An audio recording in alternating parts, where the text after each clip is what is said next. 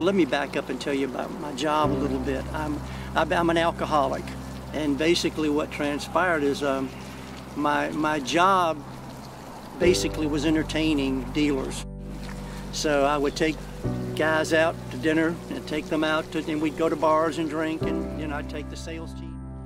I started using crack cocaine when I was 15 years old, and my life went to shambles, man. There was a period of about close to 20 years of which I was using drugs, drinking alcohol, and was just basically running on self-will. Selfish and self-centered and didn't care about nobody. I always thought that I knew all the answers. What happened is we got grounded, and we weren't flying anymore for quite a while. It was a moratorium on flying until we found out what was going on. So we didn't fly for like 2 or 3 months. And I had just gone through a divorce, and I had Dupuytren's in my hands, and I'd gone through operations on both my hands, and I started to go into deep depression. And my office was in my condo in Birmingham, and I would sit there in my office in the morning. I'd watch the whole thing unfold with 9 to 11 days after it transpired. And I would start drinking vodka at 8 or 9 o'clock in the morning. And I went into deeper depression and kept drinking. I was closed off from my family, closed off from jobs. I'd become unemployable. I was just spiritually bankrupt, a point where I thought that all hope was gone. And I so badly wanted hope.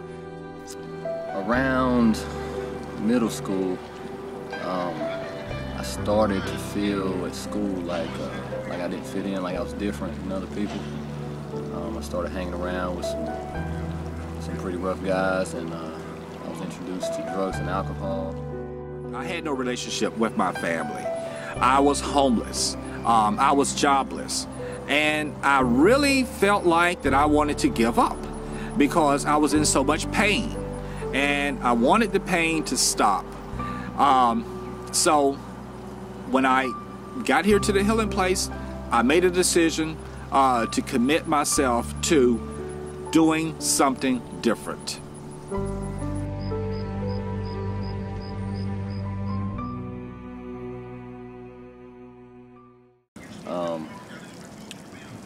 While I was in prison, I'd made a decision that I was going to try to change my life. When I got out, I was going to do something different. I was tired of living the way I was living. So I got out in July of 2010, and right when I got out, man, I went right back to the streets, man. I told myself I wasn't going to do it, but I did. I went right back to the streets, and that's when I knew that I had a problem and I could not control my addiction. So I called a family member, and they brought me to the Healing Place. And it was very, very crazy to me when I first got here and got in the program that and learning this criteria and studying this criteria, finding out that alcohol and drugs was just a small piece of my issues that I had going on. It was all the other stuff that that caused me to do drugs and alcohol.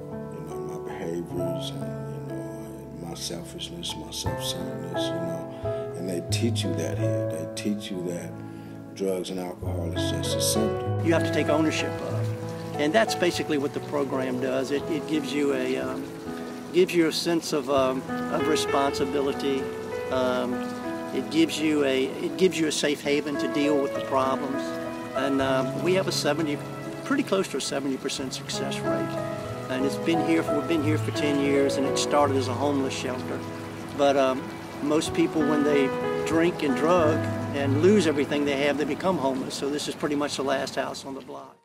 I'm gonna tell y'all guys the beautiful thing about the Healing Place is when I got here and I was in detox, just tore up, man.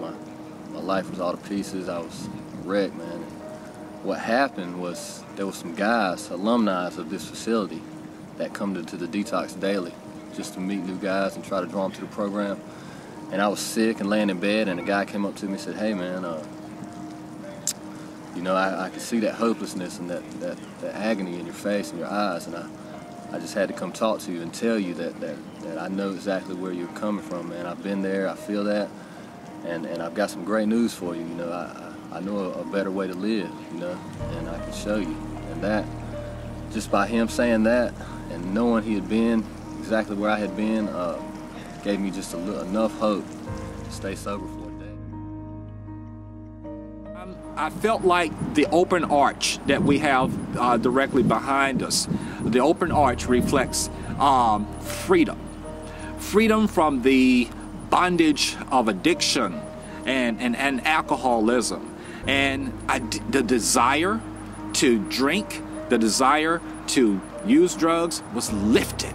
And I didn't think that was possible, but that became possible. And it gave me that feeling that, hey, my life can now get better one day at a time.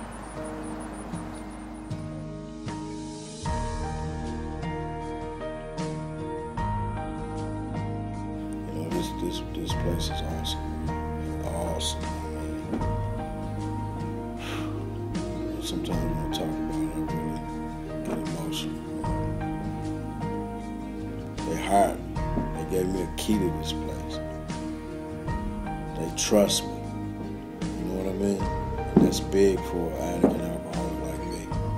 You know, it's really big. It's changed my life, man. For anybody who's homeless and doesn't have any hope, this is the place to be, man, because you really can learn who you really are on the inside and change your life. As I said, I've been sober for 6.5 years. Haven't had a drink in 6.5 years. That was pretty quick, but that's my story. Let's see, 13 months. Graduated, moved out into a great apartment.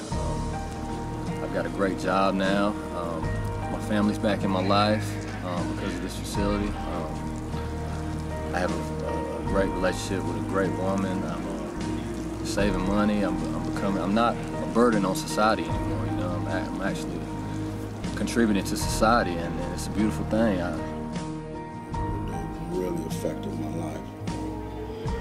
And through it all, I have a pretty good life today. I have a real good life. I never thought that my son would be living with me. You know, my son moved with me. He's been living with me the last 3 years. You know, everything, God has just set a path for me, and everything's happening positive in my life. You know what I mean? I have a good life.